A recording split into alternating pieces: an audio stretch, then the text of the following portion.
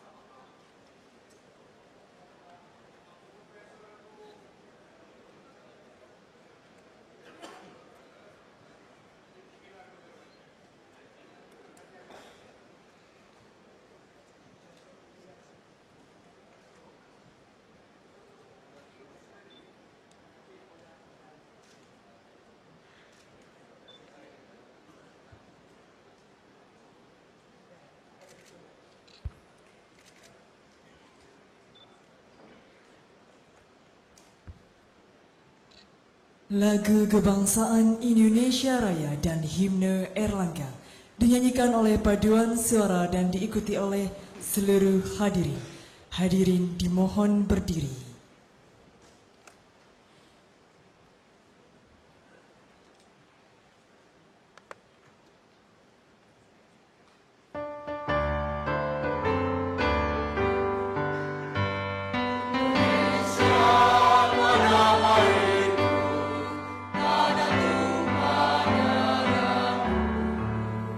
Di sana aku berdiri, dari Bandung.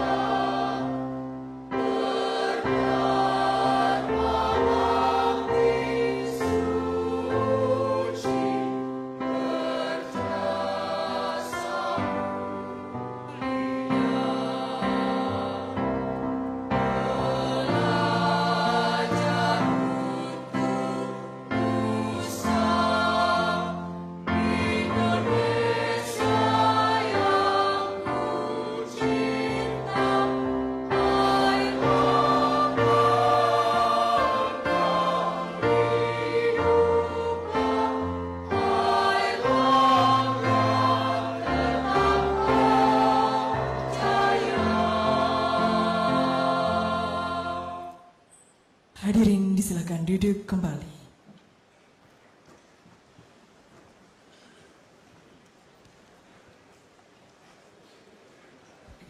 Sidang Universitas Airlangga dengan acara pengukuhan guru besar dibuka oleh Rektor.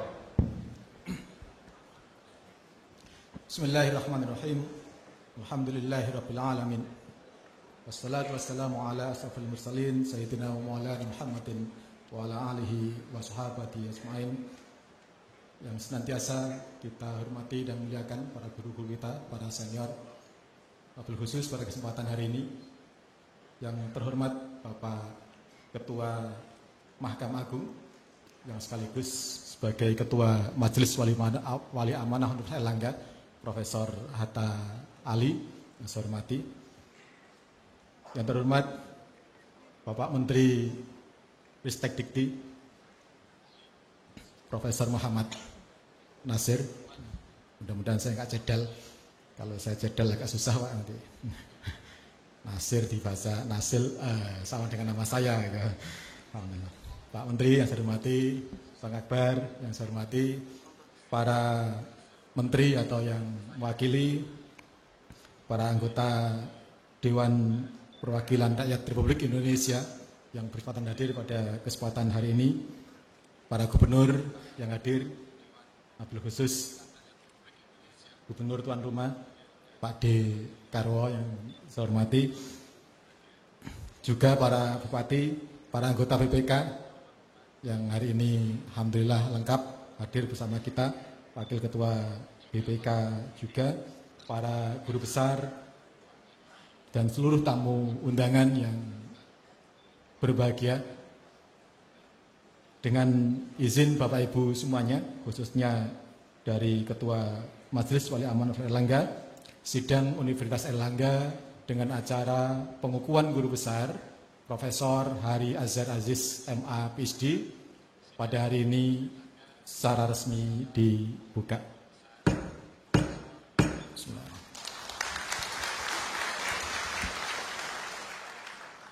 Pembacaan doa dipandu oleh Bapak Afri Andiarto, Sarjana Manajemen.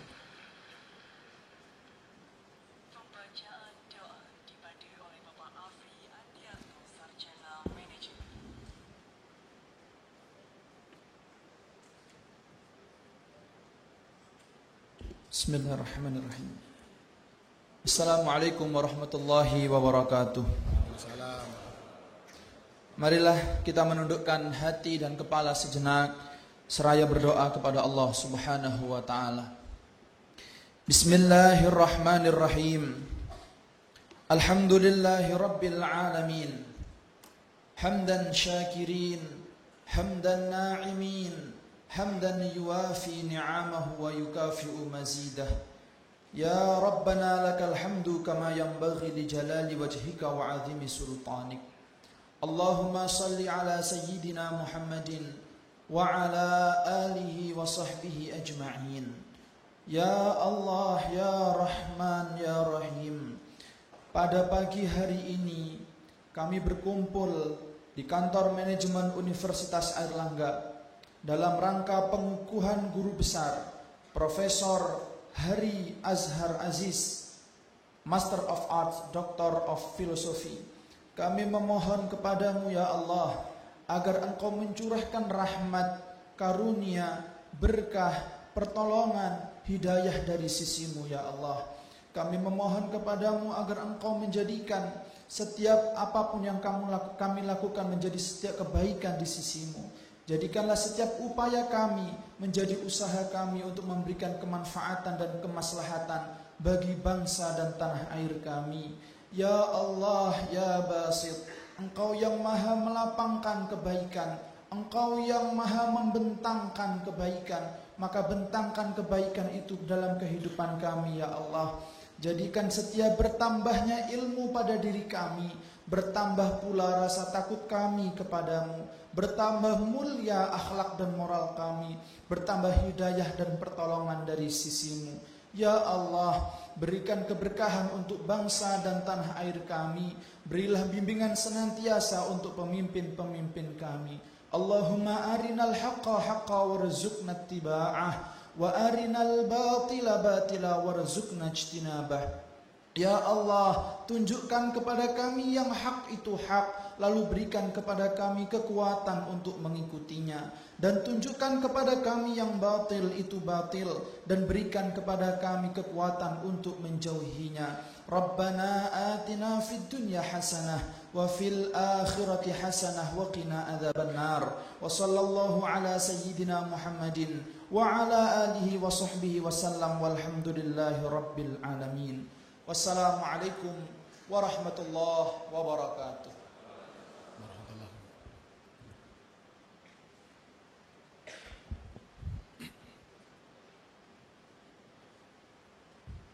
Bapak Ibu yang saya hormati, sebagaimana kita semua memahami bahwa salah satu proses manajemen untuk sebuah tata kelola yang baik adalah adanya pemeriksaan. Pemeriksaan atau dalam bahasa akademisnya audit atau auditing merupakan salah satu profesi yang berkembang sejak dahulu kala, yang keberadaannya terus dibutuhkan hingga nanti di akhir zaman. Ada banyak perubahan dan ada banyak perkembangan yang kemudian harus diikuti, karena tentu saja pemeriksaan juga harus mengikuti apa-apa yang harus diperiksa. Guru besar yang akan dikukuhkan dalam sidang ini adalah Profesor Hari Azhar Aziz, Master of Arts, Doctor of Philosophy. Beliau mempunyai satu gagasan yang menurut ikhmat kami dan penilaian kami melebihi zamannya. Ketika pemeriksaan masih berkutat pada hal-hal yang sifatnya administratif, ada gagasan yang menurut ikhmat kami sangat menarik yang kemudian perlu untuk terus dikembangkan, yakni mengkaitkan antara pemeriksaan dan kesejahteraan masyarakat. Ide dasarnya adalah bahwa bagaimana agar terutama pemerintah daerah dan atau organisasi yang mendapatkan predikat dan atau pendapat wajar tanpa pengecualian, khususnya dari BPK, sekaligus juga dipastikan bahwa WTP itu ada kaitannya dengan tingkat kesejahteraan masyarakat yang ada di wilayah yang bersangkutan. Bukan hanya soal bagaimana bond dan nota diperiksa, tetapi bagaimana outcome dari sebuah proses manajemen yang juga harus dijamin oleh proses auditing.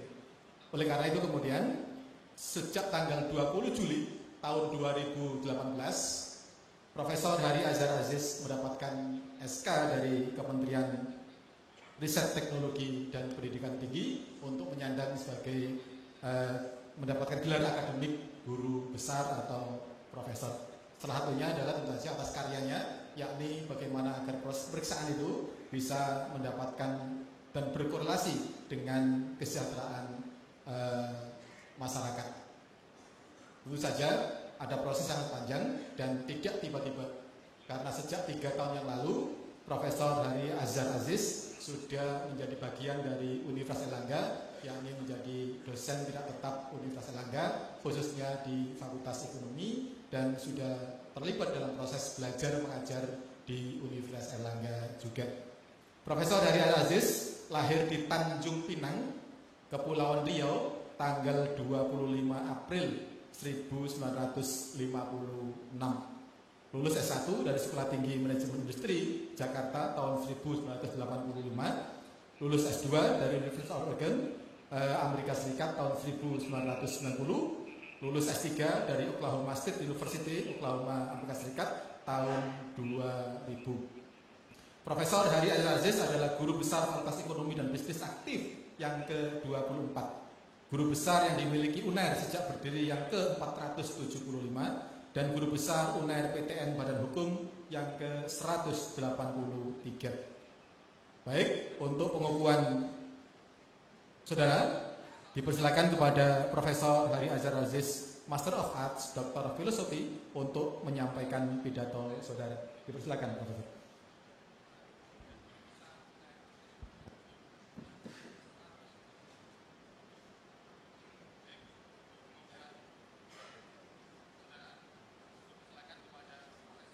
Bismillahirrahmanirrahim. Yang terhormat Menteri Riset, Teknologi dan Pendidikan Tinggi Republik Indonesia, Profesor Muhammad Nasir. Yang terhormat Ketua yang kebetulan Ketua Mahkamah Agung, Bapak Profesor Hatta Ali, Sekretaris dan anggota Majelis Wali Amanat Universitas Airlangga, yang terhormat Ketua, Sekretaris dan para anggota Majelis Guru Besar Universitas Airlangga dan guru besar tamu, yang terhormat Ketua dan anggota Senat Akademik Universitas Airlangga, yang terhormat Rektor, para Wakil Rektor dan Sivitas Akademika Universitas Airlangga, yang terhormat Wakil Ketua dan para anggota, saya melihat anggota 2, anggota 3, anggota 5, dan anggota 7 BPKRI, kolega saya. Yang terhormat para menteri, wakil menteri, ketua dan wakil ketua anggota lembaga negara, DPD, MPR, DPR RI, dan para sahabat serta beberapa senior. Saya melihat ada Pak Akbar Tanjung, Pak Marzuki Ali, mantan ketua DPR RI, ada Pak Halim, ketua LPS, ada Pak Hadi Purnomo, mantan ketua BPK, dan Bang Emir Muiz, sama-sama dulu di panitia anggaran bersama saya, dan Pak Suharso Mono Arsa, Watim Pres, dulu sama-sama di panitia anggaran juga, dan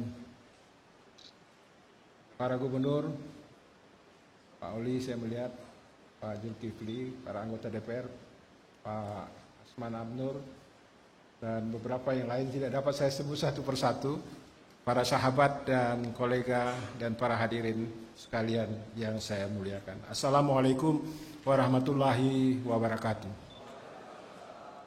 Salam sejahtera untuk kita semua. Puji syukur kita sampaikan kepada Allah Subhanahu wa taala karena karunia-Nya kita bisa hadir di tempat yang terhormat ini.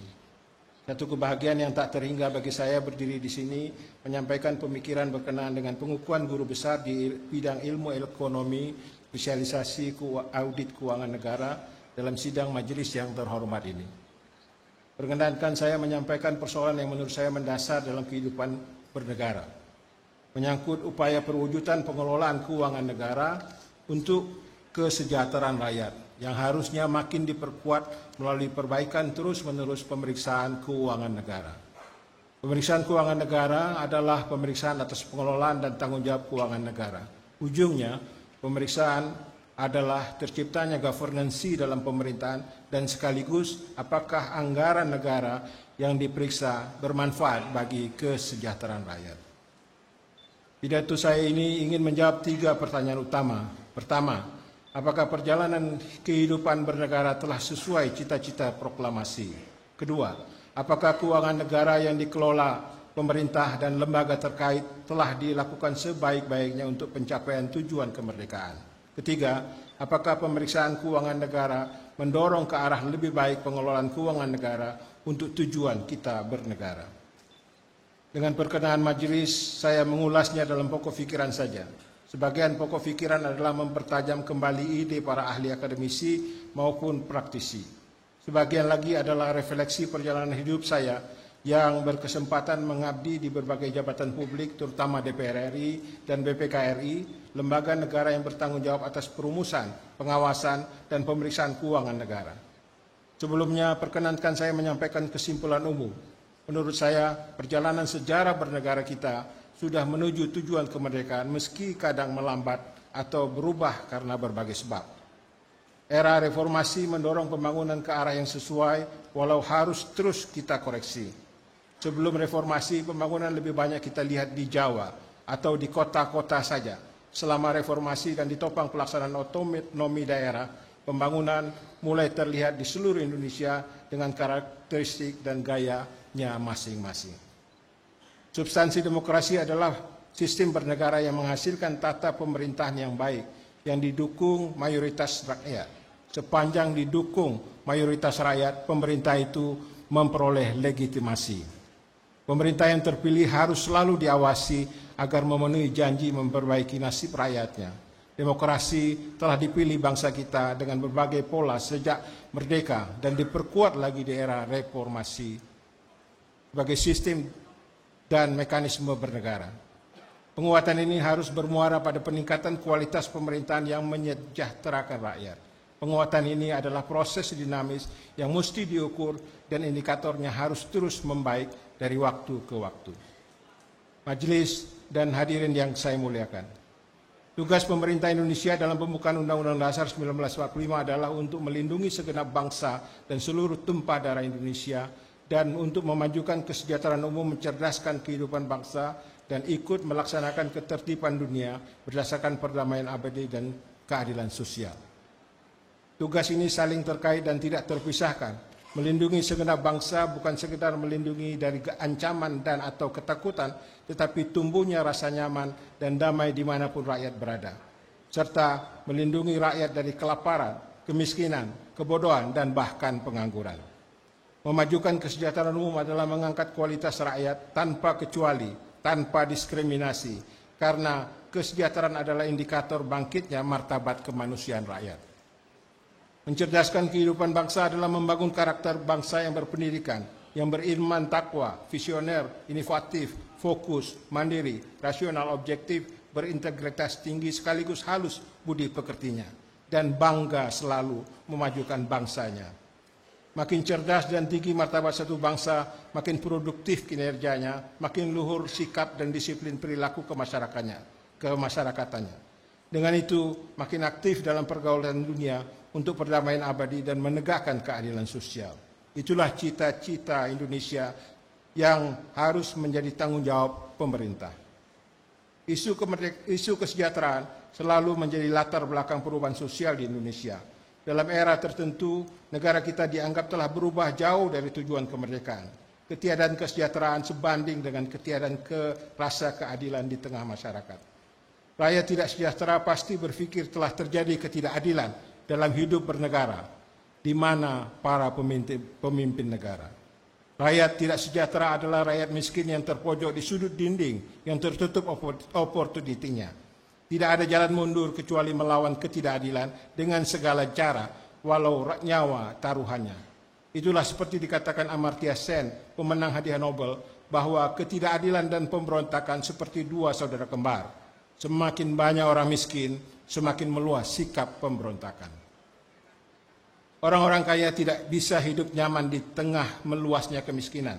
Banyak rumah orang kaya memasang pagar tinggi agar terlindung dari orang miskin di sekitarnya. Pagar itu tidak mungkin melindungi orang kaya, tetapi rasa keadilan rakyatlah pagar kesejahteraan sesungguhnya. Banyak kejadian seorang pencuri tertangkap di kampung miskin, mati dikeroyok, seolah dianggap biasa-biasa saja. Hampir tidak ada rasionalitas di tengah-tengah orang miskin. Ketiadaan pekerjaan juga menjadi sebab munculnya kemiskinan.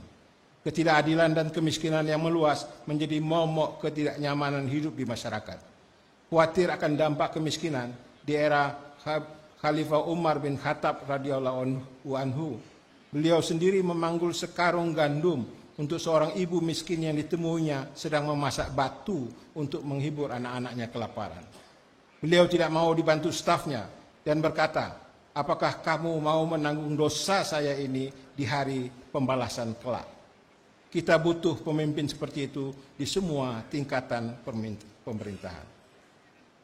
Konsepsi kesejahteraan di pembukaan Undang-Undang Dasar 1945 dijabarkan lebih jelas dalam batang tubuh konstitusi. Kesejahteraan dinyatakan sebagai hak warga negara dan pemerintah berkewajiban memenuhinya. Warga negara dijamin haknya oleh konstitusi. Para pemimpin negara yang dipilih secara demokratis harusnya paling bertanggung jawab atas kesejahteraan rakyat. Mereka dipilih atas nama negara melindungi, mencerdaskan, dan memakmurkan seluruh rakyat. Undang-Undang Nomor 17 Tahun 2009 tentang Kesejahteraan Sosial mengartikan kesejahteraan sebagai kondisi terpenuhnya kebutuhan material, spiritual, dan sosial warga negara agar hidup layak dan mampu mengembangkan diri. Dalam perspektif ekonomi, kesejahteraan dipahami sebagai terpenuhnya kebutuhan dasar seperti sandang, pangan, dan papan. Karena itu konsepsi kesejahteraan atau welfare hampir identik dengan kemakmuran atau wealth. Sebagian berpendapat kesejahteraan adalah basic necessities, sementara kemakmuran adalah kondisi luxury. Pada awalnya pengukuran kesejahteraan lebih pada indikator agregat kental dimensi makroekonominya. Contohnya, pemerintah Orde Baru memakai konsep trilogi pembangunan, yaitu pertumbuhan ekonomi tinggi, stabilitas nasional yang dinamis, serta pemerataan pembangunan dengan hasil-hasilnya. Metode ini mengukur laju pertumbuhan produk domestik bruto yang akan meneteskan kesejahteraan kepada rakyat miskin, yang dikenal dengan teori trickle-down effect. Rakyat hanya objek pembangunan. Pendekatan ini tidak menjawab nasib kenapa masih banyak orang miskin juga di negara-negara maju sekalipun. Hanya di beberapa negara maju ada konsep membantu per orang miskin dialokasikan ke anggaran mereka. Sebagai contoh, ada anggaran jaminan sosial, social safety net, dan bantuan sosial, social assistance, kepada individu, keluarga miskin, dan kurang beruntung. Prinsipnya, negara tidak membolehkan orang miskin mati karena penyakit atau kelaparan. Di Indonesia, bila ada orang miskin mati karena penyakit atau kelaparan, semua pihak saling melempar tanggung jawab. Tidak ada lembaga yang jujur, berani mengambil tanggung jawab. Sering kejadian orang miskin mati dulu di satu daerah dan menjadi berita nasional, kemudian muncul anggaran dan pejabat yang berwenang memberikan bantuan kemanusiaan dengan cara yang mengharukan. Dengan begitu, selesailah tugas menyantuni kemiskinan di negeri ini. United Nations Development Program berpendapat pembangunan adalah proses memperbesar pilihan manusia. Makin banyak pilihan diimbangi dengan ability memenuhi pilihan-pilihan itu, makin sejahteralah manusia. Metode UNDP menjawab kritik perlunya indikator relevan. Human Development Index UNDP dinilai mampu menjelaskan masalah pembangunan dan kesejahteraan. 3 kriteria pengukuran Human Development Index yaitu umur panjang dan hidup sehat, berpengetahuan, dan standar hidup yang layak. Konsep Human Development Index menjelaskan tingkat kemakmuran satu bangsa dan penduduknya bukan dari pertumbuhan ekonomi belaka, tetapi menempatkan manusia sebagai pusat kebijakan dan strategi pembangunan. Di tabel 1 menjelaskan peringkat Human Development Index dari 189 negara di tahun 2017. Indeks Human Development Index internasional diperkenalkan tahun 1990 dan terakhir dipublikasi tahun 2018, 14 September. Hong Kong dengan Human Development Index 93,3, Singapura 93,2, Jepang 90,9 termasuk yang tertinggi di Asia. Indonesia termasuk di urutan 116 dalam peringkat UNDP termasuk dalam kategori Medium Human Development. Peringkat paling rendah di dunia adalah Nigeria yaitu 35,4. Kategorinya Low Human Development. Pengukuran Human Development Index setiap tahun sekaligus menjelaskan perkembangan indikator kesejahteraan masing-masing negara di dunia. Indonesia juga mempunyai indeks pembangunan manusia. Indeks ini dikembangkan BPS mengacu kepada konsep Human Development Index UNDP. Data BPS 4 April 2018 agak berbeda dengan data UNDP. Tahun 2017, indeks pembangunan manusia Indonesia di 70,8 masuk kategori High Human Development. Di bawah Indonesia ada Vietnam, India, Timor Leste, dan Laos. Tahun 2010, indeks pembangunan Indonesia masih 66,5 masuk kategori Medium Human Development. Di tahun 2017, indeks pembangunan manusia di provinsi bervariasi, yaitu paling rendah di Papua 59,1 dan paling tinggi di DKI Jakarta 80,1. Aspek keadilan dan kesejahteraan masih bermasalah. Tabel 2 memperlihatkan rasio Gini yang berfluktuasi. Rasio Gini menjelaskan ketimpangan distribusi pendapatan, yaitu mulai dari 0 perfect equality sampai 1 perfect inequality. Rasio Gini tahun 2014 adalah tertinggi 0,14. Tahun 2018 rasio Gini membaik di 0,389. Tetapi ketimpangan di pedesaan justru meningkat dari 0,320 tahun 2017 menjadi 0,324 di tahun 2018. Kenaikan rasio Gini pedesaan karena kenaikan pendapatan golongan 20% teratas sebanyak 4,9 95% dibanding pendapatan 40% golongan terbawah yang hanya naik 2,93%. Kemiskinan cenderung terus menurun di era reformasi. Tahun 2018 disebut sebagai angka kemiskinan terendah, 9,82% atau 25,95 juta orang miskin. Turun dari tahun 2017 yaitu 26,58 juta atau 10,12%. Angka kemiskinan lebih buruk di desa. Di kota jumlah penduduk miskin 10,14 juta atau 7,02%, sedangkan di desa masih tinggi 15,81 juta orang atau 13,20%. Pembangunan terasa lebih menguntungkan penduduk kota dibanding desa. Pada tahun 1990-an, sekitar sepertiga penduduk tinggal di perkotaan, kini hampir separuh penduduk Indonesia berada di perkotaan. Dengan demikian, dapat dikatakan penurunan kemiskinan di era reformasi makin hari makin baik. Perdebatan garis kemiskinan di angka 401.000 per bulan dalam rata-rata nasional versi BPS yang dianggap terlalu kecil oleh berbagai pihak, bila diperbesar pun tidak mengubah tren penurunan kemiskinan ini. Hanya jumlah dan presentasi jumlah orang miskin yang berubah. Pengangguran juga unsur terpenting dalam mengukur kesejahteraan. Angka pengangguran terbuka di tahun 2018 turun dari 5,13% atau 6,87 juta jiwa dari sebelumnya di tahun 2017 sebesar 5,33% atau 7,01 juta. Menurut BPS di tahun 2018 ada 133,94 juta angkatan kerja, tapi hanya 127,07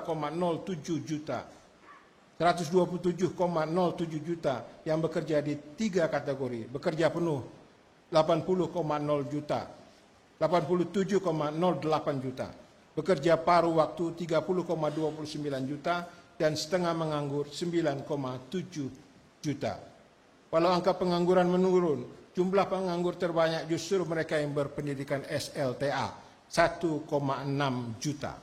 Seperti terlihat di tabel 3. Sementara yang berpredikat diploma sarjana menganggur ada 1 juta lebih. Yang tidak pernah sekolah justru terendah angkanya pengangguran. Konsep kesejahteraan lebih intens menjadi perdebatan politik dalam pembahasan RUU APBN ketika saya menjadi wakil ketua panitia anggaran DPR RI dan kemudian ketua badan anggaran DPR RI.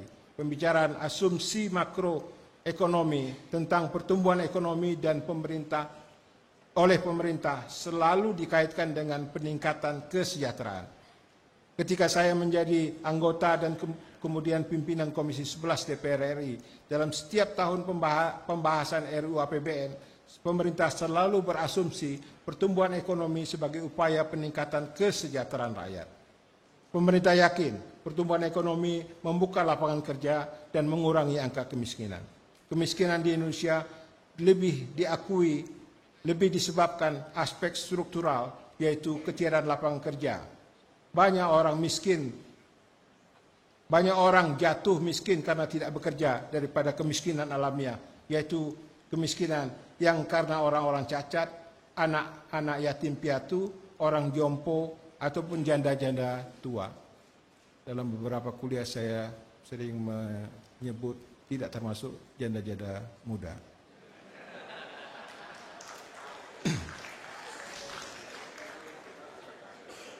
Saya tidak menolak argumen itu, tetapi saya mementingkan pemerintah lebih memperhatikan pada alokasi anggaran mana saja yang dapat mengarah langsung dan tidak langsung pada peningkatan kesejahteraan rakyat. Itu harus ditunjukkan melalui penetapan angka-angka indikator kesejahteraan dalam Undang-Undang APBN yang ditetapkan oleh pemerintah dan DPR.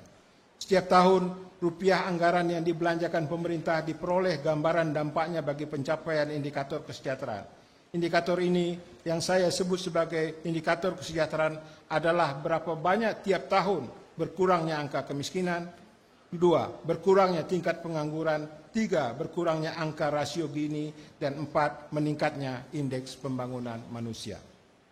Alhamdulillah, mulai Undang-Undang Nomor 10 Tahun 2010 tentang APBN tahun anggaran 2011, penurunan angka kemiskinan mulai disebut di pasal 39 Undang-Undang tersebut. Penurunan kemiskinan dan penurunan angka pengangguran disebut lagi pada Undang-Undang Nomor 22 Tahun 2011 tentang APBN tahun anggaran 2012 di pasal 45.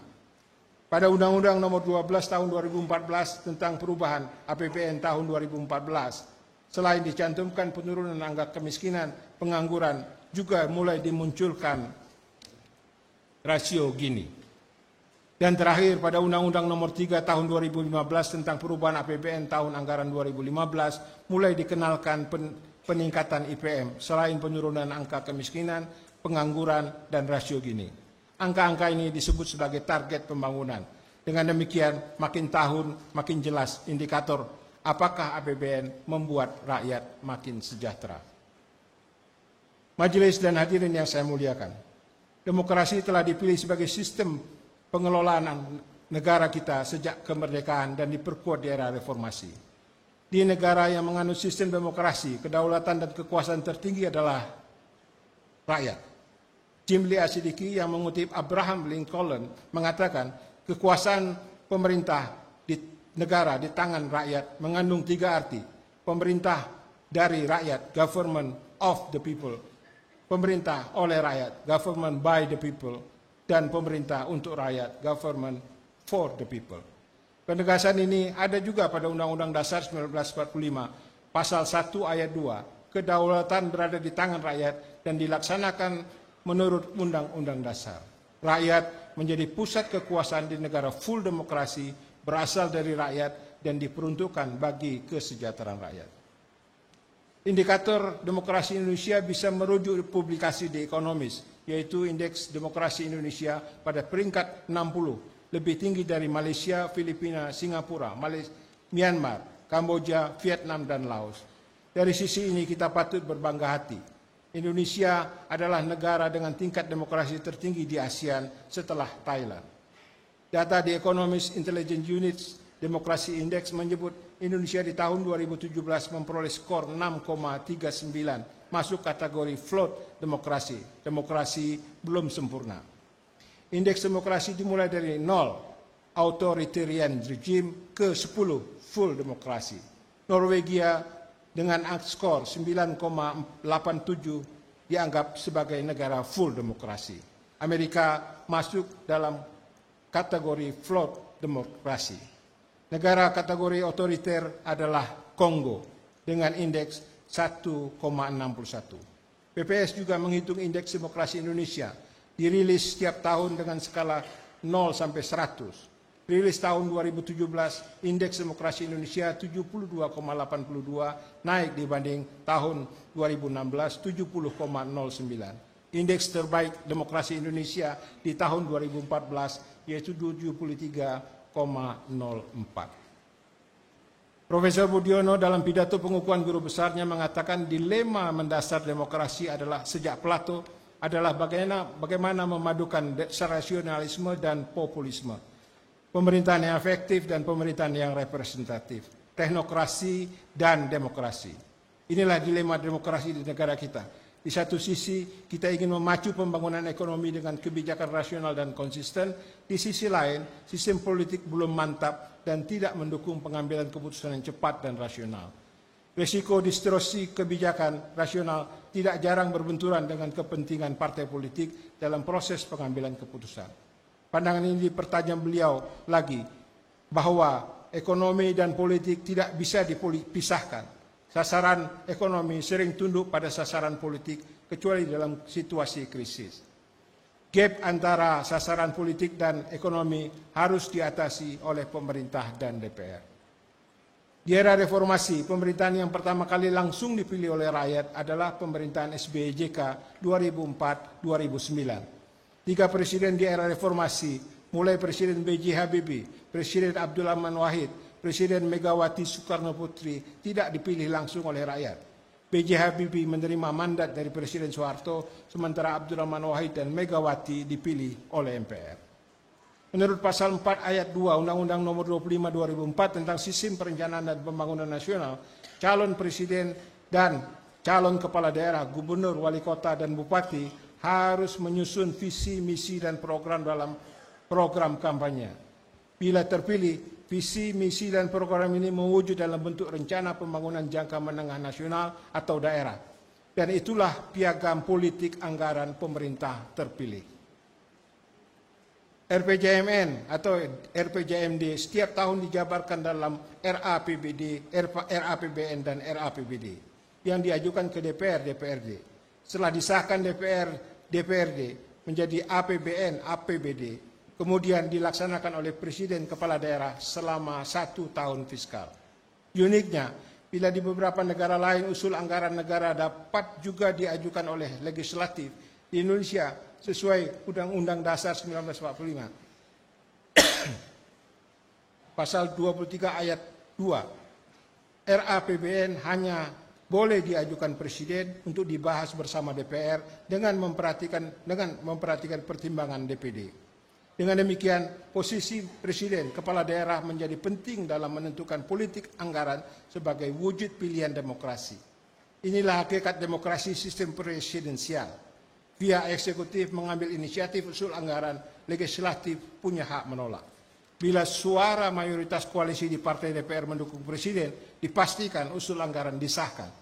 Sebaliknya, bila mayoritas koalisi partai di DPR berbeda dengan Presiden, akan muncul masalah baru. Pada tahun 2001, perubahan ketiga Undang-Undang Dasar 1945 menghapus tugas MPR menetapkan garis-garis besar haluan negara sebagai program 5 tahun pemerintahan. Karena Presiden tidak lagi dipilih oleh MPR, program ini diserahkan langsung ke Presiden terpilih dengan menyusun RPJMN. Presiden juga merencanakan APBN tahunan dengan referensi RPJMN. RPJMN ini menjadi pedoman tanggung jawab Presiden serta menjadi ukuran kinerja pemerintahannya. Karena kalender politik tidak sama dengan kalender fiskal, dimungkinkan dalam 1 tahun fiskal ada 2 presiden yang berbeda melaksanakan 1 undang-undang APBN. Dan ada 1 tahun rencana anggaran dari RPJMN seorang presiden dilaksanakan oleh presiden setelahnya. Di Indonesia, tahun fiskal dimulai 1 Januari berakhir 31 Desember tiap tahun. Sementara tahun politik nasional dimulai 20 Oktober tiap 5 tahun. Bila seorang presiden memimpin 1 periode, maka 3 tahun efektif perencanaan dan pelaksanaan anggaran dikelola dalam kepemimpinannya. Tahun pertama kepemimpinannya di-share bersama presiden yang digantikannya, dan tahun ke-5 bersama presiden yang menggantikannya. Bila 2 periode, berarti 8 tahun yang efektif. Sebagai contoh, pemerintahan Jokowi JK yang dilantik 20 Oktober 2014 masih harus menjalankan sisa tahun fiskal APBN 2014, Oktober-Desember 2014 yang telah ditetapkan pemerintahan SBY Budiono dan DPR sebelumnya. Pemerintahan Jokowi JK menetapkan RPJMN 2015-2019 tanggal 5 Januari 2015 dan pelaksanaannya sampai tahun 2019. Kemudian diteruskan RPJMN 2020-2024 oleh Presiden terpilih pada tanggal 17 April 2019 nanti dan begitu seterusnya. Kejadian ini berulang tiap 5 tahun. Karena itu, siapapun presidennya, kalau di lingkup daerah, kepala daerahnya, indikator-indikator kesejahteraan harus menjadi sentral kebijakan politik anggaran dan dalam pengelolaan anggaran. Lebih ideal lagi, bila persentase peningkatan kesejahteraan rakyat setiap tahunnya lebih besar dibanding persentase peningkatan jumlah APBN, APBD setiap tahun. Majelis dan hadirin yang saya muliakan. Undang-Undang Dasar 1945 pasal 23 ayat 1 berbunyi, anggaran pendapatan dan belanja negara sebagai wujud dari pengelolaan keuangan negara ditetapkan setiap tahun dengan undang-undang dan dilaksanakan secara terbuka dan bertanggung jawab untuk sebesar-besarnya kemakmuran rakyat. Perintah Undang-Undang Dasar ini sangat jelas dan tegas bahwa APBN dan APBD tidak lain adalah untuk sebesar-besarnya kemakmuran rakyat. Karena itu sangat naif bila ada terjadi peningkatan APBN, APBD setiap tahun, tetapi indikator kemakmuran atau kesejahteraan justru memburuk. Untuk siapa? peningkatan APBN, APBD itu. 3 prinsip pengelolaan keuangan negara yang diinginkan Undang-Undang Dasar adalah keterbukaan atau transparansi, bertanggung jawab, accountability dan responsibility, dan terakhir, sebesar-besarnya kemakmuran rakyat atau welfare. Prinsip pertama, keterbukaan, menjelaskan bahwa uang negara atau uang rakyat bukan uang orang per orang atau private, tapi uang milik seluruh rakyat, public domain. Karena itu harus dikelola secara terbuka. Informasi uang negara yang masuk dari mana saja dan uang yang keluar untuk belanja apa saja, kecuali ditentukan lain oleh undang-undang, harus terbuka dan mudah diakses oleh publik. Keterbukaan penting karena pengelolaan uang negara yang salah mudah diawasi seluruh rakyat untuk perbaikan. Dengan keterbukaan, APBN, APBD menjadi hak publik sehingga tidak layak APBN, APBD disebut sebagai rahasia negara. Prinsip kedua, bertanggung jawab. Menjelaskan rupiah masuk dan keluar dalam APBN, APBD harus dipertanggungjawabkan pengelolaannya. Uang negara di Undang-Undang APBN dan Perda APBD memang harus dijalankan sesuai dengan ketentuan dan tidak siapapun boleh melanggarnya. Prinsip pertanggungjawaban ini yang dikenal dengan dogma kepatuhan atau governance. Rupiah yang dibelanjakan dan tidak dapat dipertanggungjawabkan dapat berujung pada kasus hukum. Ketiga, prinsip sebesar-besarnya kemakmuran rakyat. Menjelaskan Undang-Undang Dasar kita, khususnya setelah reformasi, menganut paham optimalisasi. Artinya, tiap rupiah uang negara yang dikelola harus bisa menghasilkan kemakmuran rakyat yang sebesar-besarnya. Negara tidak membolehkan pengelolaan keuangan negara yang asal-asalan atau apalagi diselewengkan. Semua rupiah yang masuk seperti pajak, jenis apa dan berapa besarnya tidak boleh diterapkan kecuali dengan pertimbangan untuk kemakmuran rakyat. Jenis pajak yang mengganggu perekonomian dan menurunkan kemakmuran harusnya dicegah. Begitu juga setiap rupiah belanja pada alokasi belanja mana saja harus didorong agar menghadirkan sebesar-besarnya kemakmuran rakyat. Harus ada perhitungan tiap rupiah belanja yang maksimal menurunkan jumlah orang miskin. Contohnya adalah kombinasi alokasi belanja yang menciptakan lapangan kerja yang terbanyak dan alokasi belanja yang tidak membolehkan orang miskin mati kelaparan. Untuk memastikan sesuai 3 prinsip di atas, perubahan ketiga Undang-Undang Dasar 1945 menetapkan BPK melakukan pemeriksaannya. Hal ini tertuang di dalam pasal 23E ayat 1. Untuk memeriksa pengelolaan dan tanggung jawab tentang keuangan negara, diadakan satu badan pemeriksa keuangan yang bebas dan mandiri. Bebas dan mandiri bermakna BPK tidak di bawah pengaruh lembaga yang diperiksanya. Pada ayat 2 disebutkan, hasil pemeriksaan keuangan negara diserahkan kepada DPR, DPD, dan DPRD sesuai kewenangannya. Bahkan di ayat 3 menyatakan hasil pemeriksaan tersebut ditindaklanjuti oleh lembaga perwakilan dan atau badan sesuai dengan undang-undang. Undang-Undang Dasar setelah perubahan lebih lengkap. Ada perhatian atas independensi BPK, perhatian melaporkan hasil pemeriksaan dan hasil pemeriksaan yang harus ditindaklanjuti sehingga tidak ada keuangan negara yang dikelola sia-sia. Undang-Undang Nomor 15 Tahun 2006 tentang BPK memperkuat posisi lembaga ini dalam melakukan pemeriksaan keuangan negara.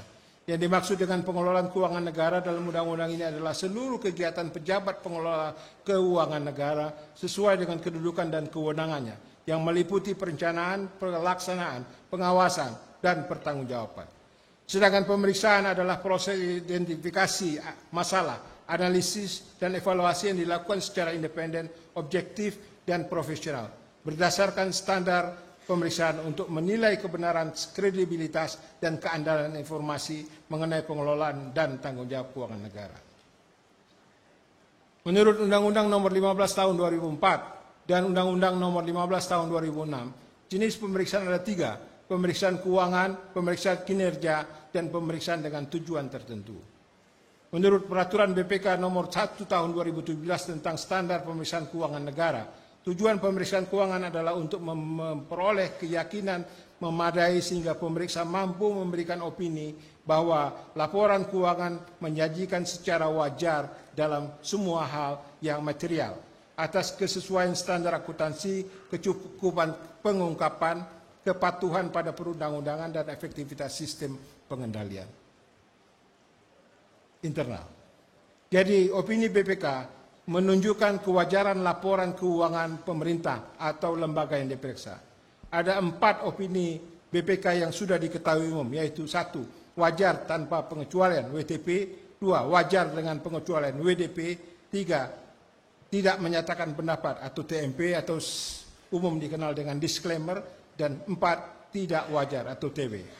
Semua unit pemerintahan dan lembaga negara yang memperoleh opini WTP dari BPK dapat dikatakan telah mengelola tanggung jawab keuangan negara dengan wajar dan memadai. Dikatakan wajar dan memadai apabila pemeriksaan BPK tidak memenuhi pengelolaan keuangan negara yang bersifat material dan tidak dapat dipertanggungjawabkan. Opini di bawah WTP berarti masih banyak keuangan negara yang belum bisa dipertanggungjawabkan.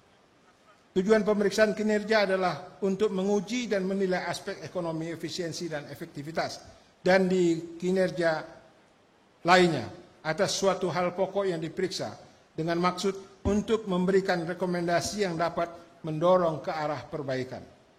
Aspek ekonomis, efisiensi, dan efektivitas adalah pokok dalam pemeriksaan kinerja sehingga hasil pemeriksaan adalah rekomendasi memperbaiki pengelolaan keuangan negara. Seharusnya tidak boleh ada uang negara yang dikelola secara sembarangan, lalai, dan atau pemborosan, apalagi disengaja. Tujuan pemeriksaan PDTT adalah dalam bentuk pemeriksaan sesuai untuk kepatuhan dengan ketentuan perundang-undangan. Dan yang terakhir, tujuan pemeriksaan PDTT dengan bentuk pemeriksaan investigasi adalah bentuk untuk mengungkapkan adanya indikasi kerugian negara dan atau unsur pidana. Pemeriksaan ini bisa diskresi BPK atau tindak lanjut dari satu pemeriksaan laporan keuangan atau atas permintaan pemerintah, lembaga perwakilan, atau aparat penegak hukum atau APH. Dalam beberapa kasus APH juga meminta perhitungan kerugian negara untuk proses penegakan hukum. Hasil-hasil pemeriksaan yang telah diserahkan kepada DPR, DPD, DPRD, serta Presiden, Gubernur, Bupati, Wali Kota bersifat terbuka informasinya untuk umum, kecuali yang ditentukan lain dalam undang-undang, seperti informasi rahasia negara dan atau informasi yang berunsur indikasi pidana. Dengan demikian, prinsip keterbukaan informasi hasil pemeriksaan APBN, APBD juga terpenuhi. Semua rekomendasi yang bersifat tindak lanjut sebagai hasil pemeriksaan BPK wajib ditindaklanjuti oleh pejabat yang disebut di dalam rekomendasi itu. Hal ini tertuang dalam pasal 20 ayat 1 Undang-Undang nomor 15 tahun 2004. Dalam pasal 20 ayat 3-nya disebutkan bahwa jawaban atau penjelasan atas tindak lanjut itu dilakukan selambat-lambatnya 60 hari setelah laporan hasil pemeriksaan diterima. Bahkan dalam pasal 26 ayat 2 undang-undang yang sama disebutkan bahwa setiap orang yang tidak memenuhi kewajiban tindak lanjut rekomendasi BPK diancam hukuman penjara maksimal 1 tahun 6 bulan dan atau denda paling banyak 500 juta. Artinya semua rekomendasi hasil pemeriksaan BPK memiliki kekuatan hukum.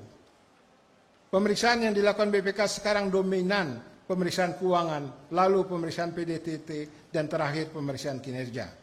Pemeriksaan keuangan umumnya dilakukan pada semester 1, sementara pemeriksaan kinerja dan PDTT pada semester 2, setiap tahun anggaran. Pemeriksaan keuangan di semester 1 adalah untuk memeriksa pengelolaan APBN, APBD tahun fiskal sebelumnya. Tren hasil pemeriksaan keuangan pemerintah terus membaik, artinya tingkat kepatuhan juga membaik. Misalnya, pemeriksaan laporan keuangan pusat, LKPP, tahun 2004, baru tahun 2016 memperoleh opini WTP. Pemeriksaan LKPP berdasarkan pemeriksaan atas 85 laporan keuangan kementerian dan lembaga, 1 laporan keuangan bendara umum negara, dan 1 laporan keuangan BPK yang diperiksa oleh kantor akuntan publik. Dari 87 laporan keuangan itu, 79 opininya WTP atau 91%. Pada 542 laporan keuangan pemerintah daerah LKPD, di mana 411 LKPD memperoleh opini WTP, 76%. Dari 34 provinsi, 33 provinsi memperoleh opini WTP atau 97%. Dari 415 pemerintah kabupaten, 298 beropini WTP atau 72%. Dan terakhir, dari 93 pemerintah kota, 80 beropini WTP atau 60%. 86%. Muncul pertanyaan, mengapa satu pemerintahan beropini WTP tetapi pimpinan pemerintahnya terkena operasi tangkap tangan oleh Komisi Pemberantasan Korupsi?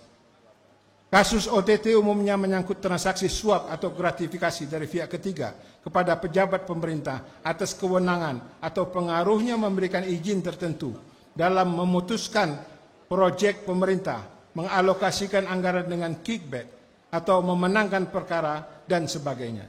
Intinya pemberian yang tidak hak sah kepada mereka yang berwenang dan memiliki kekuasaan. Pihak ketiga untuk menyuap tidak menggunakan uang negara. Opini WTP hanya berhubungan dengan pemeriksaan keuangan negara, tidak uang pihak ketiga. Apabila pemeriksaan BPK menemukan uang negara yang tidak dapat dipertanggungjawabkan, kasus ini pun dapat berakhir di penegakan hukum. Penegakan hukum menjadi penting karena bila tidak banyak uang negara diselewengkan, BPK menegakkan hukum administrasi keuangan negara, APH memproses pidana atas uang negara yang tidak dipertanggungjawabkan. Banyaknya pemeriksaan keuangan dan PDTT dibanding pemeriksaan kinerja menunjukkan fokus pemeriksaan BPK masih menekan kewajaran dan kepatuhan pengelolaan keuangan negara. Kedepan pemeriksaan kinerja harus menjadi perhatian karena menyangkut dimensi ekonomis, efisiensi dan efektivitas anggaran. Dengan pemeriksaan kinerja, alokasi yang tidak terkait untuk pencapaian kesejahteraan dengan mudah terdeteksi. Penelitian lain menyebut gaya kepemimpinan dan komitmen pemimpin mempengaruhi kinerja pengelolaan keuangan. Komitmen pemimpin pemerintah menjadi kunci terwujudnya pengelolaan keuangan negara yang berdampak bagi kesejahteraan. Pemimpin yang tidak komit membuat anggaran seperti tarian yang mempesona demi keuntungannya atau via-via lain. Sebagai contoh, apakah anggaran kemiskinan telah dilaksanakan dengan efisien dan efektif dapat diketahui melalui pemeriksaan kinerja. Secara statistik timbul pertanyaan, mengapa APBN yang 19 tahun meningkat sampai lebih dari 800%, tetapi angka kemiskinan hanya turun 45%.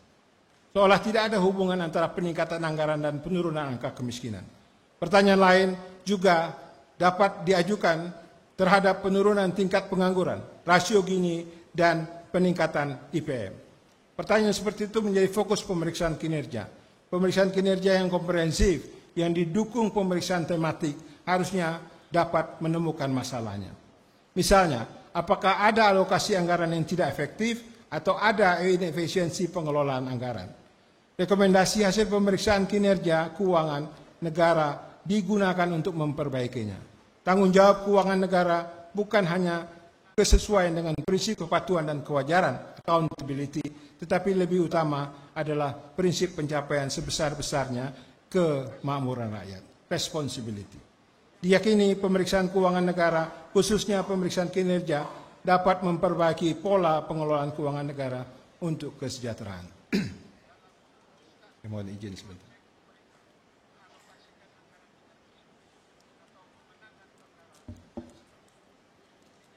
Majelis dan hadirin yang saya muliakan. Saya ingin menutup uraian saya dengan beberapa simpulan. Pertama, saya ingin menyatakan bahwa perjalanan sejarah kehidupan bernegara kita sudah sesuai dengan tujuan kemerdekaan, dengan beberapa catatan. Era reformasi mempertegas prinsip-prinsip bernegara dengan baik. Kedua, pengelolaan keuangan negara pun semakin hari semakin baik dan diperiksa dengan baik pula. Pengelolaan keuangan negara baru beberapa tahun mulai dikaitkan dengan indikator kesejahteraan rakyat. Kedepan, perhatian kepada hubungan pengelolaan keuangan negara dengan kesejahteraan rakyat harus makin diukur dan diperiksa dengan baik. Ketiga, pemeriksaan keuangan negara masih menekankan prinsip kepatuhan, belum pada tanggung jawab untuk terciptanya kesejahteraan. Pemeriksaan keuangan negara sebagai upaya mewujudkan pengelolaan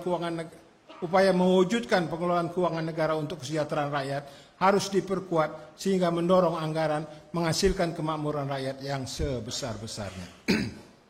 Majelis dan hadirin yang saya muliakan. Sebelum saya mengakhiri pidato ini, saya berterima kasih kepada Allah Subhanahu wa taala atas segala karunia kepada saya dan salawat kepada Nabi besar Muhammad SAW.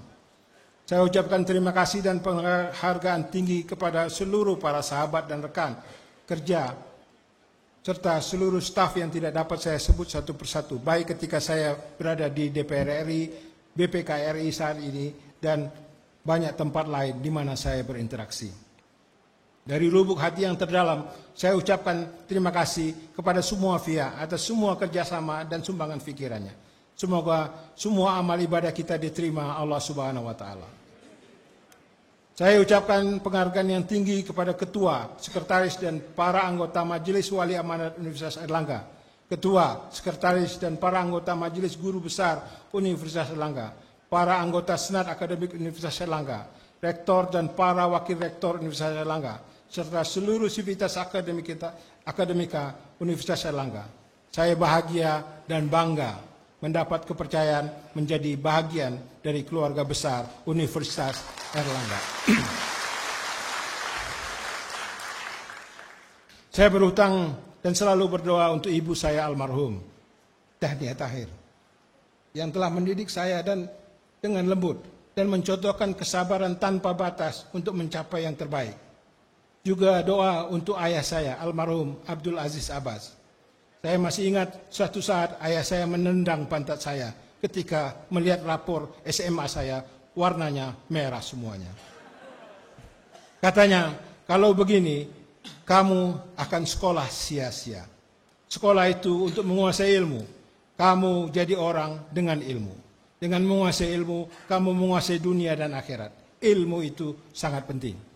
Ucapan ayah saya terbukti ketika saya menjadi ketua BPK berkat kerja keras tim BPK selama sejarah BPK.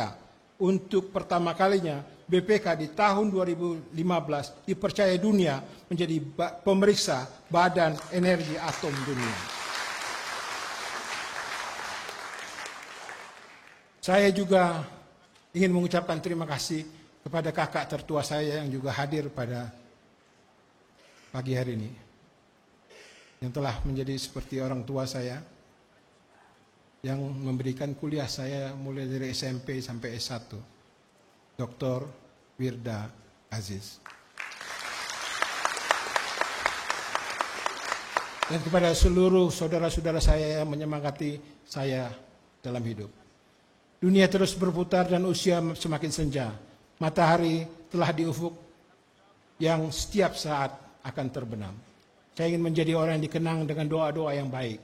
Saya selalu mendorong orang-orang di sekitar saya terus menjadi lebih baik. Untuk istri tercinta saya, Amanah Abdul Qadir, MA, PhD.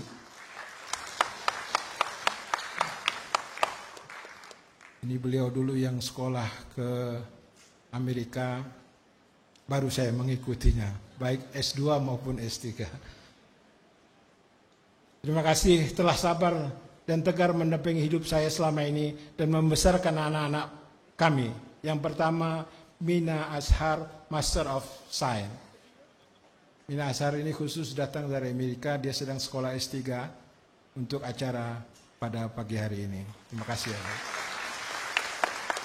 Bersuamikan Juan Pablo Duarte Sepulveda, Philosophical Doctor of Philosophy, dan cucu kami yaitu Raffi Duarte Azhar. Anak kedua kami yaitu Hanifah Azhar, sarjana teknik, lulus ITB bersama suaminya, yaitu Andika Prasetya Suherman Putra, sama-sama alumni ITB, dan telah memberikan kami cucu yaitu Aksara Kai Suhas. Dan yang terakhir adalah anak bungsu kami, Ibrahim Azhar, yang masih kuliah. Mereka semua menjadi inspirasi saya. Pengukuhan guru besar ini saya persembahkan untuk mereka. Saya juga ingin menyebut nama mertua saya, ibu istri saya, Yun Fatia Saleh. Walau sudah sangat tua, mau hadir pada acara ini sebagai wujud cintanya kepada kami, anak cucu dan cicitnya. Saya sangat bersyukur dikarunia kehidupan seperti ini dan terus berdoa menjadi makin baik sampai akhir kehidupan nanti. Amin ya Allah. Demikianlah, terima kasih. Wabillahi taufik wal hidayah. Wassalamualaikum warahmatullahi wabarakatuh. Profesor Hari Azhar Aziz, Master of Arts, Doctor of Philosophy, disilahkan berdiri di belakang mimbar.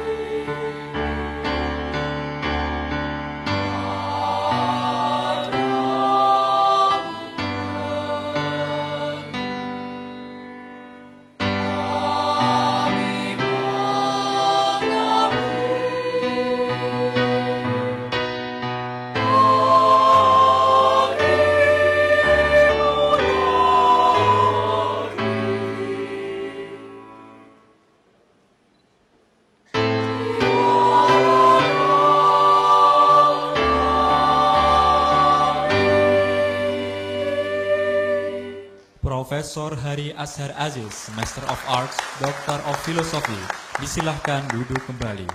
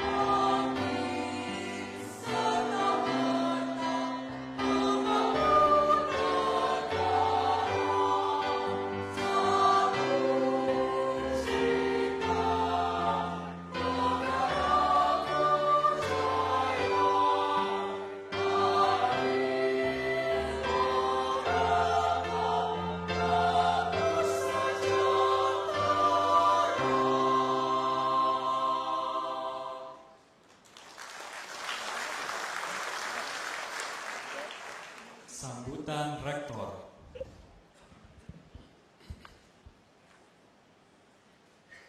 Bismillahirrahmanirrahim. Assalamualaikum warahmatullahi wabarakatuh. Selamat pagi. Salam sejahtera untuk kita semuanya.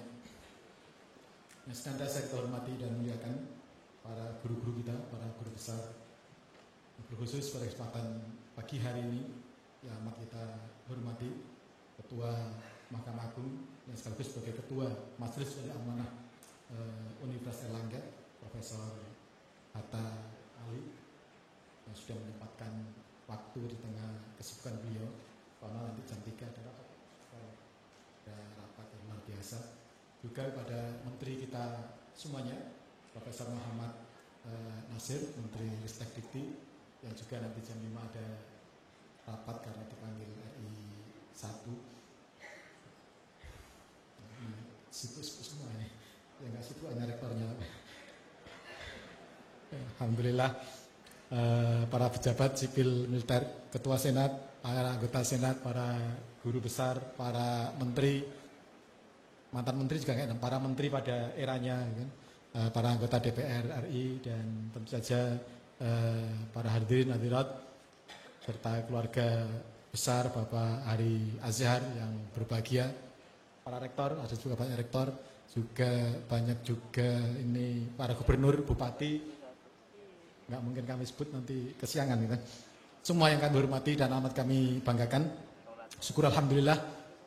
Kemudian selanjutnya tentu atas nama seluruh sivitas akademika Universitas Airlangga, kami semua menyampaikan selamat kepada Profesor Hari Azhar Aziz atas pengukuhan sebagai guru besar pada Fakultas Ekonomi dan Bisnis Universitas Airlangga. Ini tentu saja juga kami sampaikan selamat kepada keluarga besar Pak Hari Azhar, termasuk Ibu mertua yang berkenan hadir pada pagi atau siang hari ini. Ini suasananya mendung soalnya, jadi masih pagi. Yang penting semangatnya pagi. Ibu Hari Azhar juga pada putra-putri dan cucunya yang bersempat hadir pada hari ini. Sekali lagi selamat atas capaian sebagai guru besar di lingkungan Universitas Airlangga. Kami yakin dan percaya bahwa menjadi guru besar Universitas Airlangga insya Allah tidak akan memalukan. Sebagai catatan saja, Universitas Airlangga merupakan universitas terbaik di Indonesia, ranking 1 kan? Ya, di Indonesia. Alhamdulillah dari Pak Hari dan kawan-kawan BPK terutama. Ini saya agak kikuk karena ada Pak Ahsanul Kesasi juga gitu. Saya itu ada auditi, Pak Ahsanul auditornya gitu. Nggak apa, tapi sekali lagi bahwa Airlangga ranking 1 di Indonesia untuk universitas dengan anggaran kurang dari 1 triliun gitu kan. Iya. Kurang dari 1 triliun, hanya 600 sekian dana masyarakat kita. Ya tentu berbeda dengan yang besar-besar, yang gajah-gajah yang lain. UI sudah 3 triliun gitu kan. Kemudian UGM, ITB juga sudah di atas 2 triliun. UNER di bawah 1 triliun, tapi luar biasa prestasinya. Alhamdulillah. Kita punya semuanya dan insya Allah siap berkontribusi untuk nusa bangsa dan negara. Sekali lagi selamat Bang Hari, selamat pada keluarga besar Bang Hari dan juga Fakultas Ekonomi dan Bisnis. Selanjutnya tentu kami juga sangat berterima kasih sebelum nanti menyinggung beberapa materi kepada semua yang hadir pada kesempatan hari ini. Sungguh merupakan kehormatan yang luar biasa bagi kami dan merupakan kado ulang tahun kami yang ke-64. Di tengah kesibukan Bapak Ibu semuanya, sekali lagi hadir bersama dengan kita Profesor Dr. Haji Hatta Ali SH MH, Ketua MIA sekaligus Ketua Mahkamah Agung, juga Profesor Haji Muhammad Nasir, PhD Akuntan, Menteri Riset Teknologi dan Pendidikan Tinggi. Matur nuwun Prof. Nasir sudah berkenan juga memproses pengusulan guru besar Pak Hari Azhar. Ini juga waktunya agak singkat karena perlu bertahun-tahun, tidak semudah membalik tangan. Prosesnya sangat panjang Pak Hari ya, cukup panjang, jadi kita mengikuti SOP yang ada. Karena nanti kalau SOP-nya nggak diikuti, kemudian dikti diperiksa oleh BPK, bisa tidak WTP lagi gitu kan. Ini ada penyimpangan prosedur pengangkatan jabatan guru besar. Oleh karena itu kami sangat berterima kasih Pak Nasir. Juga bersama dengan kita Dr. Agung Firmansyah Saputra, anggota 1 BPK RI. Matur nuwun Pak Dr. Agung. Berdiri dong ya. Mestinya berdiri biar yang lain tahu ya. Terima kasih ya. Paling tidak kawan-kawan guru besar di sini serta dekan dan lain-lain tahu oh ini anggota BPK RI sehingga nanti kalau ketemu ya nyapa lah. Karena kalau nggak disapa ini UNER ini masa ketemu nggak nyapa saja enggak itu kan nanti bisa berujung pada banyak hal. Dikiranya sombong. Terima kasih Pak Agung. Juga terima kasih Dr. Ahsanul Kosasi, pemilik MU ya. Jadi Pak Ahsanul Kosasi ya ini pemilik MU. Madura United gitu ya. Sepak bola pemilik MU Madura United. Alhamdulillah. Tretan Dewi ya. Sakalangkung Pak. Ya. Bang Ahsanul Kosasi, juga Ibu Isma Yatun MT, anggota 5 BPK RI. Matur nuwun Bu Isma Yatun. Berdiri Bu, menurut saya penghormatan bagi kami semuanya. Kami senang Bapak Ibu bergabung bersama dengan kami semuanya. Juga profesor kita di BPK, Profesor LD Mulyadi Supardi, anggota 7 BPK RI. Matur nuwun Prof, berkenan hadir, luar biasa. Kami sangat senang dan bangga menerima kehadiran para anggota BPK RI. Yang juga kita sangat hormati dan muliakan karena waktunya sangat terbatas, gitu kan. Bang Akbar Faisal, anggota DPR RI yang sudah tidak asing lagi bagi kita semuanya, gitu kan. Berdiri dong Bang. Nah, ini saya. Juga Mbak Indah Kurnia, anggota DPR RI juga. Mbak Indah, matur nuwun, gitu kan. Ya. Bapak Ibu kalau ke Juanda, gitu kan, mesti melihat fotonya Mbak Indah karena terpampang di beberapa ruas jalan di daerah Juanda. Gitu. Kalau lewat tol mesti ada gambar beliau. Matur nuwun Mbak Indah. Ya. Juga Bapak Suharso Monwarfa, Dewan Pertimbangan Presiden. Matur nuwun Pak Suharso berkenan hadir. Bapak Ki Agus Ahmad Badarudin, anggota PPATK. Matur nuwun juga. Matur nuwun hadirin berkenan hadir semuanya. Bapak abang kita senior kami semuanya, Pak Akbar Tanjung, ya, Pak Akbar Tanjung, ya, Ketua DPR RI yang ke-13. Ya. Bang Akbar ini ya, matur nuwun Bang Akbar. Ya, bersama dengan saya rektor yang ke-13, nah Bang Akbar ini Ketua DPR RI yang ke-13. Ya, sama-sama kan. Alhamdulillah, matur nuwun Bang. Sudah mensupport kami semua di sini. Pokoknya amanlah dengan semua yang hadir pada kesempatan hari ini. Kami perkenalkan juga Ketua Ikatan Alumni Pasca Sarjana Universitas Airlangga yang kemarin baru dilantik, Bapak Asman Abnur. Matur nuwun Pak Asman, berdiri Pak Asman. Alhamdulillah luar biasa Pak Asman, matur nuwun. Beliau adalah Menteri Pemberdayaan Aparatur Negara dan Informasi Birokrasi Indonesia kalau dihitung yang ke-17 kan. Kalau dihitung yang ke-17. Ya. Mestinya 16,5 Pak Asman ya, karena berhenti di tengah jalan gitu kan. Kalau 17 kan berarti penuh satu periode. Matur nuwun Pak Asman. Juga Bapak Hadi Purnomo, Ketua BPK RI tahun 2009-2014. Matur nuwun Pak Hadi Purnomo. Alhamdulillah ini menambah motivasi dan spirit kami semuanya. Kami juga sangat menghargai dan berterima kasih atas kehadiran Bapak Ketua DPR RI tahun 2009, tahun 2014, Bapak Marzuki Ali. Matur nuwun Pak Marzuki Ali, sudah berkenan menemani kami semuanya. Juga Bapak Mirza Adit Tiaswara, Deputi Gubernur Senior Bank Indonesia. Bang Mirza, matur nuwun Bang Mirza. Luar biasa ini kawan-kawan BI. Insya Allah kami besok hadir di acara dengan BI. Juga Pak Ahmad Hidayat, salah satu alumni terbaik kami sebagai anggota Dewan Komisioner OJK.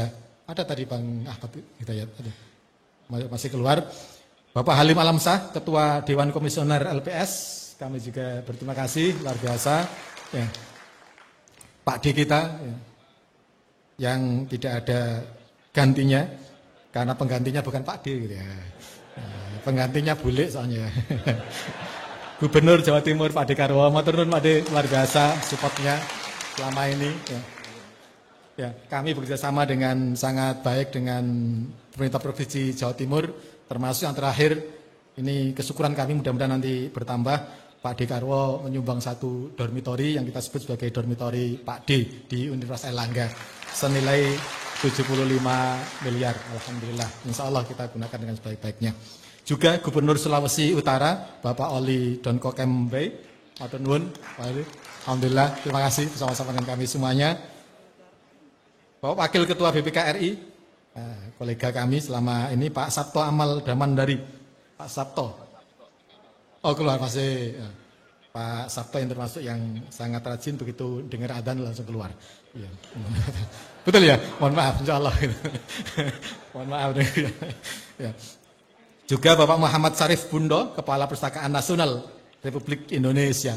Pak Sarif, matur nuwun, Pak Sarif Bundo. Alhamdulillah.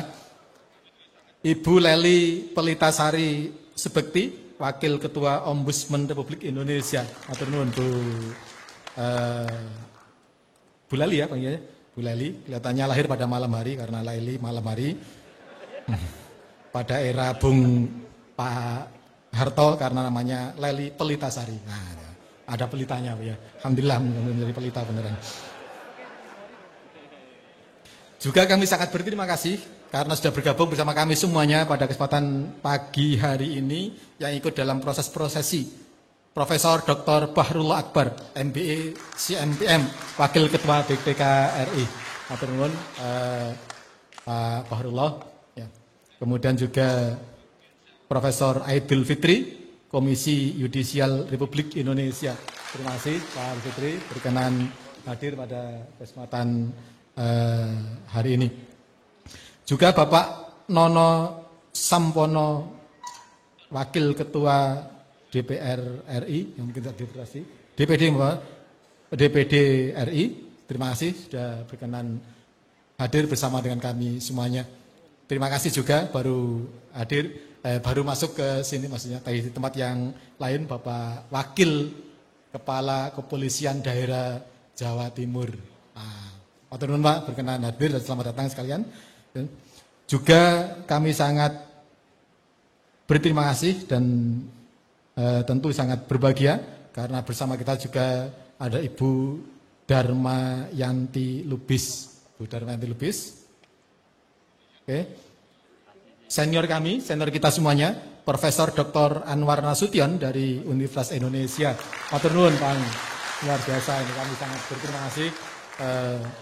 Sudah menjadi spirit bagi kami semuanya.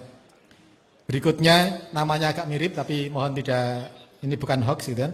Hadir bersama kita juga Profesor Dr. Sri Mulyani SE MSIAK dari Universitas Pajajaran. Matur nuwun. Loh ya. Bukan Menteri Keuangan, dari Universitas Pajajaran. Ya, nanti sebentar lagi Bu Sri Mulyani juga akan kita kukuhkan, insya Allah kalau diizinkan oleh Pak Menteri Ristek Dikti gitu, dari Universitas Airlangga. Gitu. Ya. Kolega rektor kami, Profesor Dr. Tamrin Usman dari Universitas Tanjung Pura. Matur nuwun Prof. Tamrin, membahagiakan sekali bersama dengan kita semuanya. Profesor Dr. Haji Gagaring Pagalung MS Akuntansi Universitas Hasanuddin. Matur nuwun, berkenan hadir. Tadi yang kami sebut juga yang anggarannya lebih dari 3 triliun, Profesor Dr. Adi Zakaria Afif SMBE Universitas Indonesia. Ya. Nah. Jadi kalau UI itu nomor 1 yang lebih dari 3 triliun, UNER nomor 1 kurang dari 1 triliun. Ya, biar ada temennya Pak ya. Ya. Profesor Dr. Saifuddin Saleh dari Universitas Muhammadiyah Makassar. Matur nuwun Saifuddin, berkenan hadir semuanya, luar biasa ini. Profesor Widya dari Universitas Diponegoro. Matur nuwun Widya. Alhamdulillah. Profesor Misri Universitas Indonesia. Bapak Ibu hormati, kami juga sangat bangga karena selalu ditemani oleh para senior kami yang kemudian mensupport kami semuanya dengan kerjasama, gotong royong dan kebersamaan. Yang pertama adalah Profesor Dr. Haji Bambang Rahinu, Rektor UNER periode 93-97. Matur nuwun Prof. Bambang Rahinu bersama dengan kita semuanya, luar biasa. Juga Profesor Dr. Puruhito, Rektor UNER periode 2001-2006. Matur nuwun. Ya. Prof. Puruhito juga barusan merayakan ulang tahun yang ke-75. Ya. Dan ulang tahun pernikahan yang ke-50. Terima kasih, selamat Prof. Puruhito sekalian. Alhamdulillah didoakan semuanya insya Allah. Juga bersama dengan kita yang amat kami hormati Profesor Dr. Fasihul Lisan, Rektor UNER periode 2006-2010. Matur nuwun Prof. Fasih. Masih banyak yang lain yang tidak mungkin kami sebut satu persatu. Kami juga ketemu dengan Rektor Patimura. Ya. Tapi nggak ikut prosesi. Matur nuwun Pak Rektor sudah berkenan hadir. Kita juga ada Bang Hamdan Zulfa dan semuanya yang tidak mungkin kami sebut satu-satu, kan? Karena sungguh yang hadir di sini semuanya adalah tamu-tamu kehormatan kami. Nanti kalau satu-satu absen maghrib baru selesai. Sekali lagi kami sangat berterima kasih atas kehadiran Bapak Ibu semuanya memenuhi undangan kami dalam rangka mengayu bagyo dan kemudian mensupport kami dan ikut merasakan kebahagiaan dari Profesor Hari Azhar Aziz pada kesempatan hari ini. Bapak Ibu hormati, kita tahu bahwa auditing itu merupakan profesi yang sangat tua. Pada zaman Romawi, auditing dilakukan dengan selalu menjaga dan mengikuti transaksi. Setiap ada transaksi harus dilaporkan dan atau diikuti, disaksikan oleh auditor pada zaman Romawi. Pada proses berikutnya kemudian, proses auditing berkembang di era revolusi industri 1.0, di mana auditing dilakukan melalui satu mekanisme yang ditentukan oleh salah satu pemegang saham. Auditor ditunjuk oleh pemegang saham, menunjuk salah satu pemegang saham untuk melakukan audit. Pada proses dan perkembangan berikutnya, tentu saja proses-proses ini akan terus berjalan. Saat ini auditing tetap dilakukan, pemeriksaan tetap dilakukan oleh kantor akuntan publik yang dipercaya oleh para pemegang saham. Tentu saja tujuannya adalah untuk memastikan bahwa proses-proses berkaitan dengan transaksi dan atau kejadian di organisasi atau perusahaan bisa diikuti dan dipertanggungjawabkan. Hingga saat ini proses auditing dilakukan dengan sangat baik dan tadi ada 3 audit yang dilakukan oleh BPK RI. Hanya saja kemudian kita merasakan semuanya bahwa, mohon maaf ini kawan-kawan dari BPK, selama ini bagi auditi seperti kami semuanya, karena kami auditi, Pak Menteri juga auditi, gitu kan. BPK dan atau auditor itu masih menjadi makhluk yang agak sedikit menakutkan. Agak sedikit menakutkan. Agak sedikit Pak, jadi naboknya enggak banter-banter karena agak sedikit aja. Gitu kan. Tapi kalau sangat menakutkan, naboknya banter. Gitu. Tapi kalau hanya sedikit menakutkan ya ditabok tapi enggak teman-teman lah. Gitu. Ya. Artinya kemudian bukan apa-apa karena proses auditing selama ini fokusnya masih terlalu banyak di aspek-aspek yang sifatnya administratif. Sehingga kami semua dalam proses pengelolaan organisasi, terutama di organisasi-organisasi publik, fokusnya bagaimana kemudian menata agar semua transaksi ada bukti dan lain-lainnya, dan kemudian semua mengikuti dengan sangat baik. Waktu kita hampir habis untuk menyiapkan ini semuanya. Di bulan-bulan awal kita tentu menyiapkan proses administrasi transaksinya. Tapi di sisa bulan berikutnya, kemudian pemeriksaan hampir tidak henti-hentinya. Irjen datang, gitu kan, BPK datang, KAP datang, kemudian SPI datang. Kalau kita bagi setiap hari atau setiap bulan, hampir tidak ada pemeriksaan, hampir tidak ada hari tanpa pemeriksaan. Menurut saya menjadi hal yang sangat baik kalau kemudian auditor atau auditing dilakukan dengan hal yang lebih substansial lagi. Meyakinkan bahwa tujuan perusahaan bisa dicapai, meyakinkan bahwa tujuan bernegara bisa dicapai, meyakinkan bahwa tujuan dari organisasi bisa dicapai. Sehingga orientasi 3E, ekonomis, efektif, dan kemudian efisien, benar-benar menjadi pola yang harus dikembangkan. Bukan hanya di soal transaksinya, bukan hanya di soal administrasinya, tapi di soal-soal yang sifatnya lebih substansial. Kita tahu bahwa auditing sekali lagi munculnya sejak revolusi industri 1.0. Sekarang sudah bergaung revolusi industri 4.0. Tentu kita berharap auditor dan auditing serta pemeriksaan, terutama di kawan-kawan BPK, juga mengikuti mekanisme revolusi industri ini. Karena apa? Karena auditinya sudah berkembang. Sangat tidak mungkin bagi kita kemudian kalau para peneliti saja misalnya dipaksa untuk mempertanggungjawabkan uang jajan, uang makan dan lain-lain. Di mana penelitiannya, gitu kan? Kalau kemudian itu masih dilakukan. Tapi BPK seringkali punya alasan bahwa aturan di Permenkyu-nya belum berubah, kan? Bahwa SPJ-nya harus rangkap sekian dan lain-lain. BPK tidak salah, tapi menurut saya BPK perlu didorong untuk melakukan terobosan. Administratif itu tidak penting, yang penting tidak ada yang memperkaya diri, gitu kan? Kita bayangkan bahwa UNER ini ada 5.000 tenaga, baik dosen maupun tendik, dengan anggaran dana masyarakat hanya 660 miliar. Kalaupun itu dibagi rata saja, itu tidak ada yang kemudian menjadi sangat kaya. Ya, paling banter hanya cukup untuk beberapa hal.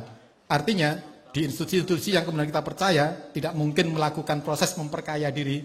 Kenapa nggak kita cegat dengan orientasi di tujuannya, di outcome-nya.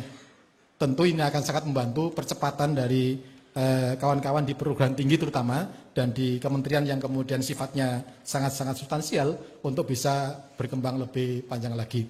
Kami menduga, hanya tesis saja, mungkin ada jawaban dari Bapak Ibu sekalian, bahwa kemajuan kita yang belum terlalu cepat seperti saat ini, di semua lembaga, di semua kementerian, di semua institusi publik khususnya, salah satunya juga adalah karena kontribusi dari kawan-kawan BPK.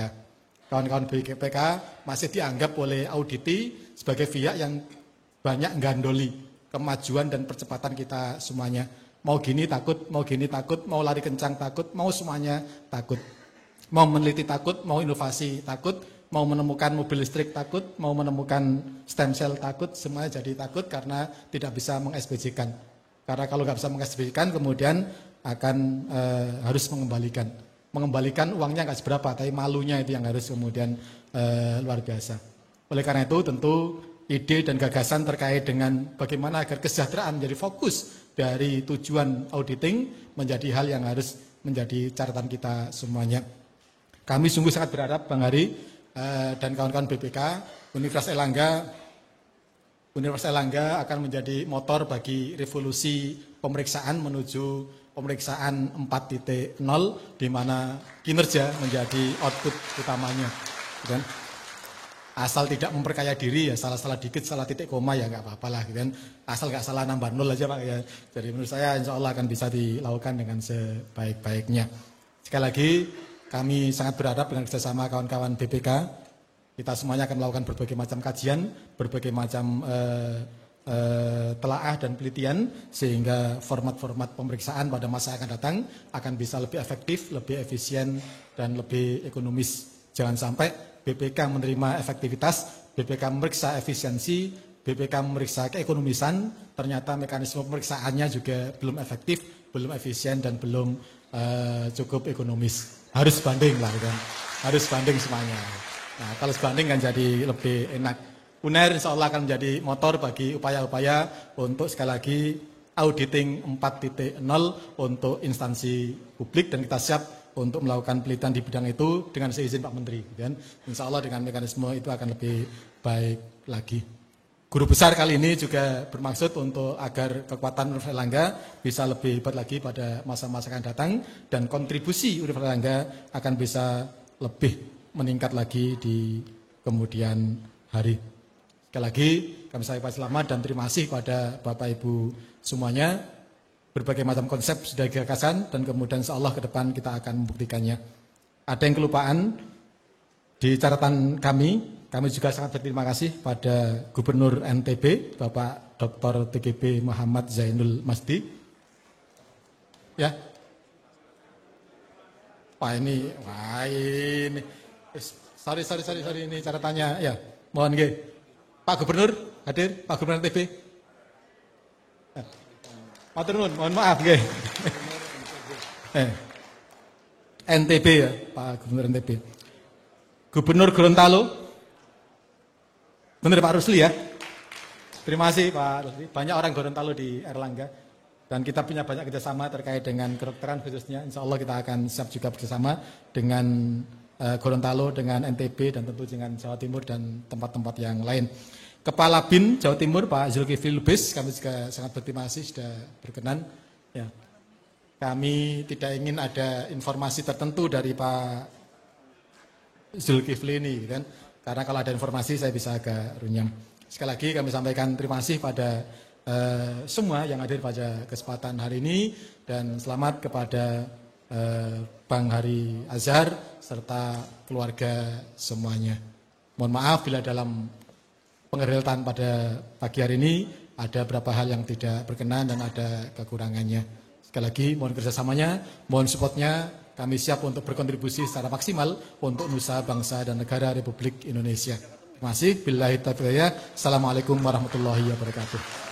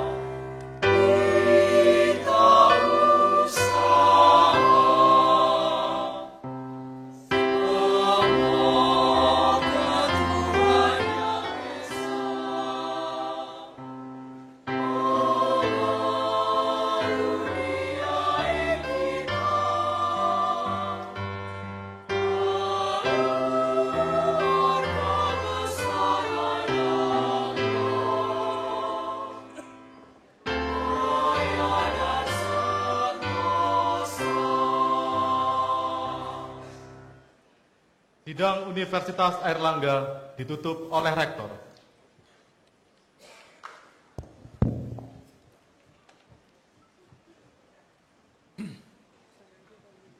Bapak Ibu yang saya hormati, para undangan dan tamu kehormatan kami, para pejabat baik sipil maupun militer dan TNI, legislatif, yudikatif dan tentu saja eksekutif, dan tentu kawan-kawan dari BPK yang semuanya dari wilayah seluruh Indonesia yang amat kami hormati. Juga tadi dari Gubernur Kalimantan yang juga hadir tapi belum tersebut, kami mohon maaf tentu karena tidak mungkin kami sebutkan satu persatu. Sekali lagi kami sangat berterima kasih atas kehadiran dan support Bapak Ibu semuanya pada acara pagi hari ini, dan kami ingin agar kerjasama yang sangat baik ini akan bisa kita teruskan, dan kemudian selanjutnya agar konsep-konsep yang tadi sangat luar biasa baiknya bisa segera implementasikan dan kita jadikan sebagai bagian dari catatan sejarah bahwa pada era sekaranglah kita bisa menghasilkan karya-karya yang juga sungguh luar biasa. Terima kasih, dan tentu kami mohon maaf atas izin Bapak Ibu semuanya, ya, para senior, para junior, Kanda, Yunda, Dinda semuanya yang berkesempatan hadir pada kesempatan hari ini. Mari kita semua memperbaiki niat dan kemudian bertekad dengan yakin seyakin-yakinnya, kemudian berusaha secara maksimal. Insya Allah semua apapun yang kita cita-citakan akan bisa kita capai. Kita yakin seyakin-yakinnya, usaha maksimal, yakin akan sampai. Insya Allah dengan izin Bapak Ibu sekalian, sidang Universitas Airlangga dalam rangka pengukuhan Guru Besar Profesor Hari Azhar Aziz, MA PhD secara resmi ditutup. Hadirin dimohon berdiri.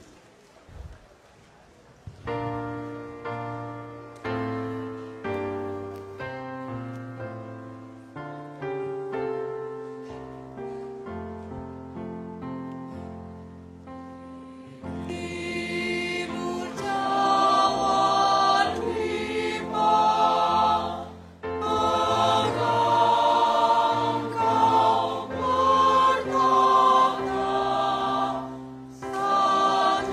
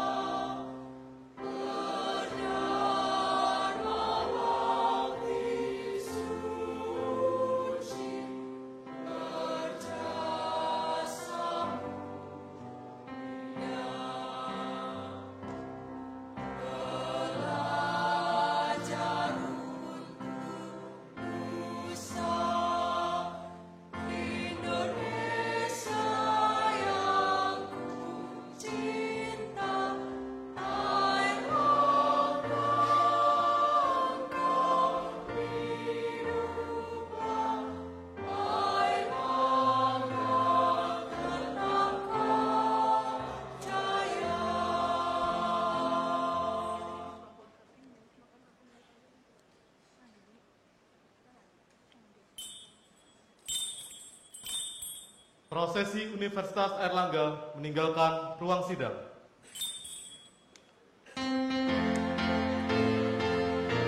Tamu undangan disilakan duduk kembali.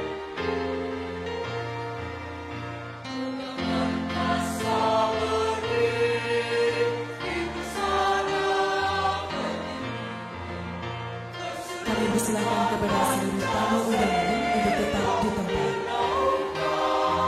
Selanjutnya pemberian ucapan selamat oleh tamu undangan. Yang pertama kami persilakan kepada para guru besar untuk memberikan ucapan selamat kepada Profesor Hari Azhar Aziz, Master of Arts, Doctor of Philosophy. Kepada hadirin lainnya kami mohon untuk tetap di tempat.